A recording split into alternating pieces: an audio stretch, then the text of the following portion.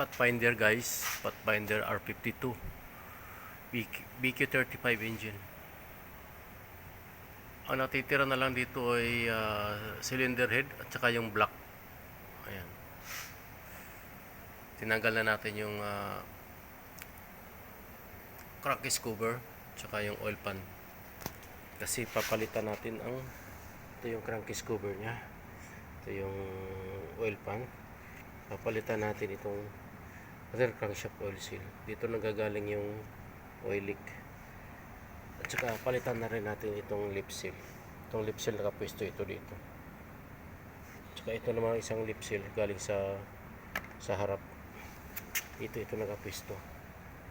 Yan, dyan. Itong isa naman dito yan nakapwesto sa likod. Crankcase cover. So, ito yung rear crankshaft oil sa retainer. Dito yan nakapwesto. Dito yan nakalagay. Yan. Dito yung oil leak. Kailan bago natin matanggal yan guys, katakot-takot muna yung mga tinanggal natin dito. Yung isang exhaust manifold dito tinanggal natin. Actually ito wala na tong rocker cover si babaw kasi may oil leak din yan galing si babaw. Tinanggal natin yung exhaust, axle shaft, mounting 4x4.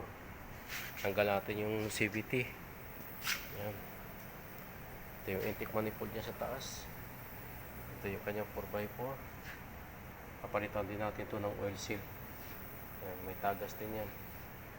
Tsaka yun, nandoon yung kanyang subframe. Ito yung kanyang dito ito yung nakasalo sumasalo dun sa makina. Ito yung subframe niya. Pinalitan na rin natin itong mounting nito bago na itong mounting sa harap.